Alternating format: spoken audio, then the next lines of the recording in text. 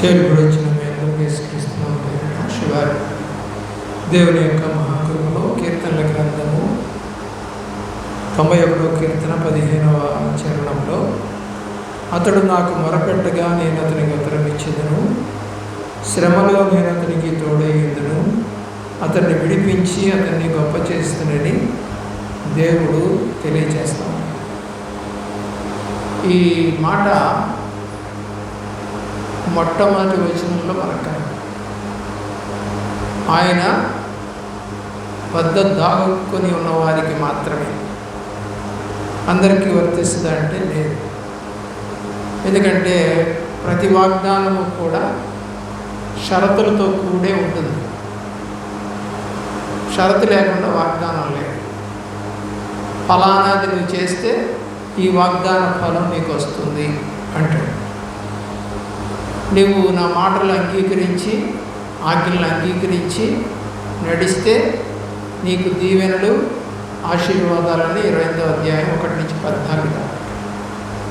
అలాగే నిర్గమకాండంలో మీరు నా మాటలు అంగీకరించి నడిస్తే ఐగుప్తులో ఉన్న రోగాలు ఏమి రాకుండా చేస్తాను అంటే ముందల కండిషన్ పెడతాడు.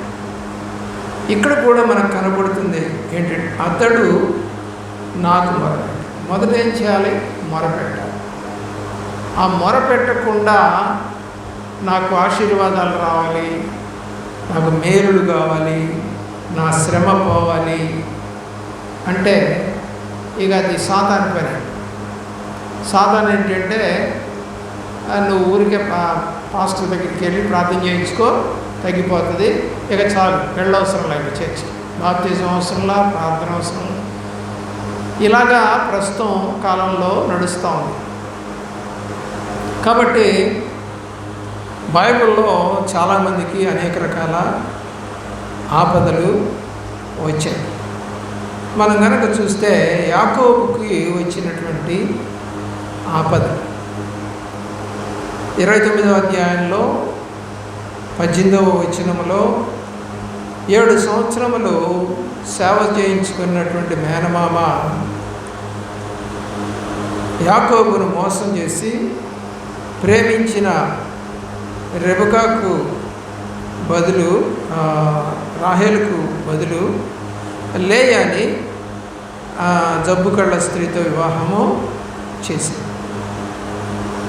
ఆ తర్వాత మరలా ఏంటి మామగారు ఇది అని అంటే మరొక 7 సంవత్సరాలు మళ్ళా కొలువు చెయ్యి, నేను నీకు ఆ రెండో అమ్మాయిని కూడా ఇస్తాను అంటే 14 సంవత్సరాలు ఒక అమ్మాయి కోసం చేయాల్సి వచ్చింది. మరి అలాంటి సమయంలో అంతకుముందు అన్నను మోసం చేశాడని అన్న అతని మీద పగబడితే అతను మామ దగ్గరికి వచ్చాడు. అయితే ఇప్పుడు తిరిగి రిటర్న్ వెళుతూ ఉన్నాడు. అయితే ఇప్పుడు వెళుతున్నప్పుడు అన్నకు కబురు చేశాడు, అతను 400 మందితో వస్తున్నాడని చెప్పాడు. అప్పుడు భయపడ్డాడు. మరొక ఆపద, మరి నన్ను ఏమైనా చేస్తాడేమో, ఇప్పుడు నాకు భార్యలు పిల్లలు ఉన్నారు, మరి దాసి జనము, గొర్రెలు మేకలు, ఎంతో సంపద. అయితే అతడు అక్కడ చేసింది ఏంటంటే దేవునికి మొరపెట్టాడు. ఆ మొరపెట్టినప్పుడు దేవుడు అతన్ని మార్చి ఇశ్రాయేలుగా చేశాడు. అంతకుముందు యాకోబు అంటే మోసగాడు, దాని తర్వాత పోరాడి గెలిచేవాడిగా మార్చాడు. ఇప్పుడు అన్న వస్తూ ఉన్నాడు, 7 సార్లు సాగిలి పడ్డాడు మధ్యలో. ఏది అపాయమేమి ఆపదేమి కలగకుండా ఉండాలి. ఆదికాండము 13వ అధ్యాయము 4వ వచనంలో తమ్ముడిని కౌగిలించుకొని మెడ మీద పడి ముద్దు పెట్టుకున్నాడు ఆ యొక్క ఏశావు, దేవుని యొక్క ప్రేమలో. ఇప్పుడు ఆపద తొలగిపోయింది. మనకు కూడా అలాగే దేవుడు ఆపదని తొలగించగలిగిన దేవుడు. యోసేపుకు వచ్చినటువంటి ఆపదలు మనకి ఆదికాండంలోనే 37వ అధ్యాయము 18వ వచనంలో మనకి కనపడుతూ ఉంటాయి. ఇప్పుడు ఇతను దేవుని ప్రేమించిన ప్రియులరా, అన్నదమ్ముల చేత తిరస్కరించబడి తండ్రి మందను కాయించిన సహోదరుల దగ్గరికి యోసేపు వెతుక్కుంటూ వెళ్ళినప్పుడు అతని దగ్గరికి రాకమునిపే వారు అతన్ని చూసి ఈ కరడుగనేవాడిని చంపాలి అని వాళ్ళు ప్లాన్ చేసుకున్నట్టుగా మనకి వాక్యం తెలియజేస్తుంది. ఆ తర్వాత అతన్ని ఐగుప్తు దేశంలో పొతీఫరుకు అమ్మివేయడం జరిగింది. అక్కడ కూడా పొతీఫరు భార్య అతన్ని బాధపెట్టి జైలుకి పంపించింది. ఎన్ని ఆపదలు, అన్నదమ్ముల ద్వారా ఆపదలు వచ్చాయి. మరి అలాగే పొతీఫరు ఇంట్లో ఆపద వచ్చింది. ఇలాగా ఆపదలు వచ్చాయి. అయితే దేవుడు అతన్ని కాపాడుతూ ముందుకు వచ్చాడు. అతని మీద అబద్ధ సాక్ష్యం చెప్పింది. 39వ అధ్యాయం 20వ వచనంలో అతని మీద అబద్ధ ఆరోపణ చేసి తన భర్తతో మరి యోసేపు జైల్లో పెట్టించిందని మనకు కనపడతాం.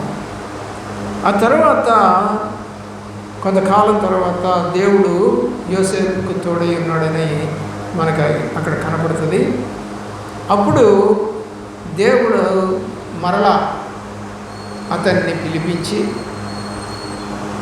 కలభావాన్ని చెప్పించుకొని అతన్ని సింహాసనం మీద కూర్చోబెట్టి ప్రైమ్ మినిస్టర్గా చేస్తాడు. 41వ అధ్యాయము 40వ వచనంలో రాజైన ఫరో ఆ యొక్క కలభావాన్ని చెప్పినప్పుడు అతన్ని అధికముగా హెచ్చించి మరి గొప్ప అధికారిగా చేసి మరి బంగారు గొలుసులతో అలంకరింపు చేశాడు. అంతకుముందు ఇనప సంఖ్యలతో జైల్లో పెడితే ఇప్పుడు అలాగ చేసి అతన్ని హెచ్చించి ప్రైమ్ మినిస్టర్గా చేసినట్టుగా చెప్తాడు. నేనే రాజుని కానీ నీ సెలవు లేకుండా ఎవడు కాలు కానీ చేయి కానీ కదపడానికి వీలు లేదు.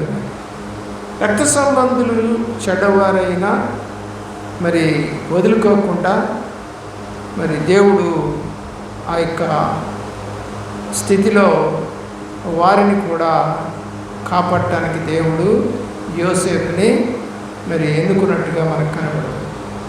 కాబట్టి మనం కూడా కష్టాలు ఆపదలు వస్తాయి, కానీ నమ్మకంగా ఉండాలి.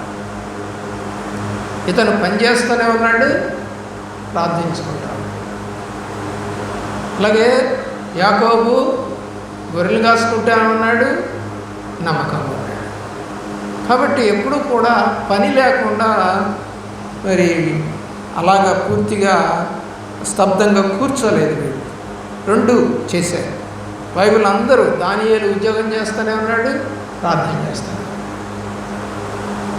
ఆలోచన చేయవలసిందిగా కోరు. 2 సమూయేలు గ్రంథంలో 22వ అధ్యాయము 19వ వచనంలో దావీదుకి వచ్చినటువంటి అక్కడ ఆ గొర్రెలను చంపటానికి సింహము, ఎలుగుబంటు, క్రూర మృగాలు వచ్చాయి. మరి సింహము, ఎలుగుబంటు వచ్చినప్పుడు ఆ రెండింటిని కూడా అతను చంపటానికి దేవుడు సహాయం చేసినట్టుగా మనము బైబిల్లో చూస్తూ ఉన్నాం. మనకు కూడా సింహము, ఎలుగుబంటి లాంటి క్రూరమైనటువంటి మనుషులు మనకు కూడా ఉంటారు. వాళ్ళు కూడా మన మీదకి వస్తూ ఉంటారు. సమూయేలు మొదటి గ్రంథము 17వ అధ్యాయము 51లో మరి గొలియాతును దావీదు చేతికి అప్పగించి మరి ఆ కత్తి తీసి అతన్ని తలకాయని నరికించి దేవుడు ఎంతో సహాయము చేశాడు. ఆపదలో సహాయము చేశాడు. సమూయేలు మొదటి గ్రంథం 18వ అధ్యాయము 11వ వచనములో మరి మామగారే అంటే సౌలే దావీదుని ప్రజలందరూ పొగుడుతున్నారు, నన్నేమో 1000 మంది, దావీదేమో 10,000 మంది అని చెప్పేసి అంటున్నారంటే ఈర్ష్య పుట్టి కోపం వచ్చి మరి 18వ అధ్యాయం 11వ వచనంలో అతని మీదకి ఈటెను విసిరాడు. అప్పుడు కూడా దావీదుకు దేవుడు తోడుగా ఉండి అతనికి ఆ ఈటు తగ్గకుండా చేసినప్పుడు సౌలు భయపడ్డాడు. ఇతనికి దేవుడు తోడు. ఆస్తులు సంపాదించుకున్నటువంటి వానికంటే కూడా మరి ఆప్తులను సంపాదించుకున్నవాడే గొప్పవాడు. కాబట్టి దావీదు మరి తన అన్నందరినీ కూడా తోలనాడలేదు, అందరితో కలిసే ఉన్నాడు. మరి అతను రాజైనా కూడా. అలాగే యోబు గ్రంథం, యోబునకు కూడా వచ్చిన ఆపదలు 1వ అధ్యాయము మరి మనకు తెలుసు 13 నుంచి 19 వచ్చిన. ఒక్క దినములోనే ధనవంతుడిగా ఉన్నటువంటి యోబు దరిద్రుడైపోయాడు. మరి ఐశ్వర్యవంతుడు అనాథగా మారిపోయాడు, మిగిలిపోయాడు. అదే దినము వారున్న ఇల్లు కూలిపోయింది. యోబుకు ఉన్నటువంటి 7 కుమారులు 3 కుమార్తెలు దాని కింద పడి చనిపోయారు. వాళ్ళంతేకాదు యోబుకి అరికాల నుండి నడినెత్తి వరకు మరి కురుపులతో మరి అతని యొక్క మరి శరీరం అంతా కూడా రోగగ్రస్తం అయిపోయినట్టుగా మనం చూస్తాం. ఇల్లు కూలిపోయింది, పిల్లలు చనిపోయారు, ఆస్తి అంతా పోయింది, ఆరోగ్యం పాడైపోయింది, స్నేహితులంతా దూరం అయిపోయారు, భార్యే చేదరించుకుంది. చూడండి, ఒక మనిషికి ఎన్ని కష్టాలు వచ్చాయి. చాలామంది అంతే, నీతిగా బతకడానికి ఎవరు ఇష్టపడటం లేదు ఈ రోజుల్లో. పాపము, తప్పు, మోసము, వేషధారణ ఇవన్నీ కాదు. అయితే దేవుడు మరి అతనికి క్షేమాన్ని ఇచ్చాడు. మనం చూస్తాము చివరి అధ్యాయంలో స్నేహితుల కొరకు కూడా అతను ప్రార్థన చేస్తే వారికి కూడా దేవుడు క్షేమము ఇచ్చాడు. మరలా పోగొట్టుకున్నదంతా కూడా 2 ఆశీర్వాదంతో ఇచ్చాడు. మరి మళ్ళా 7 కుమారులు 3 కుమార్తెలు దేవుడు ఇచ్చాడు. మరి దీర్ఘకాలం బతికి చనిపోయినట్టుగా చూస్తాం. మనకు కూడా అనేకమైన ఆపదలు, కష్టాలు, కన్నీళ్ళు వస్తాయి. మనం కూడా మంచి సాక్ష్యము కలిగినటువంటి వ్యక్తులుగా ఒక మంచి సాక్ష్యం చెప్పాలి. ఎప్పుడైతే వేషధారణ ఉంటుందో సాక్ష్యము బలంగా ఉంటుంది. కొంతమంది వేషధారణ సేవకులు, విశ్వాసులు ఎక్కువైపోయారు. నన్ను కాపాడాడు దేవుడు అని చెప్తారు, మళ్ళా సినిమాల్లో పనిచేస్తారు. నన్ను కాపాడాడు, రక్షించాడు, ఆరోగ్యం ఇచ్చాడు అంటారు, మళ్ళా దేవుడి సన్నిధికి రాకుండా మానేస్తారు. మళ్ళా అన్ని లోక సంబంధమైన క్రియలే చేస్తారు. కానీ బైబిల్లో ఇప్పుడు నేను చెప్పిన వీళ్ళు ఎవరు కూడా అలాంటి పనులు చేయరు.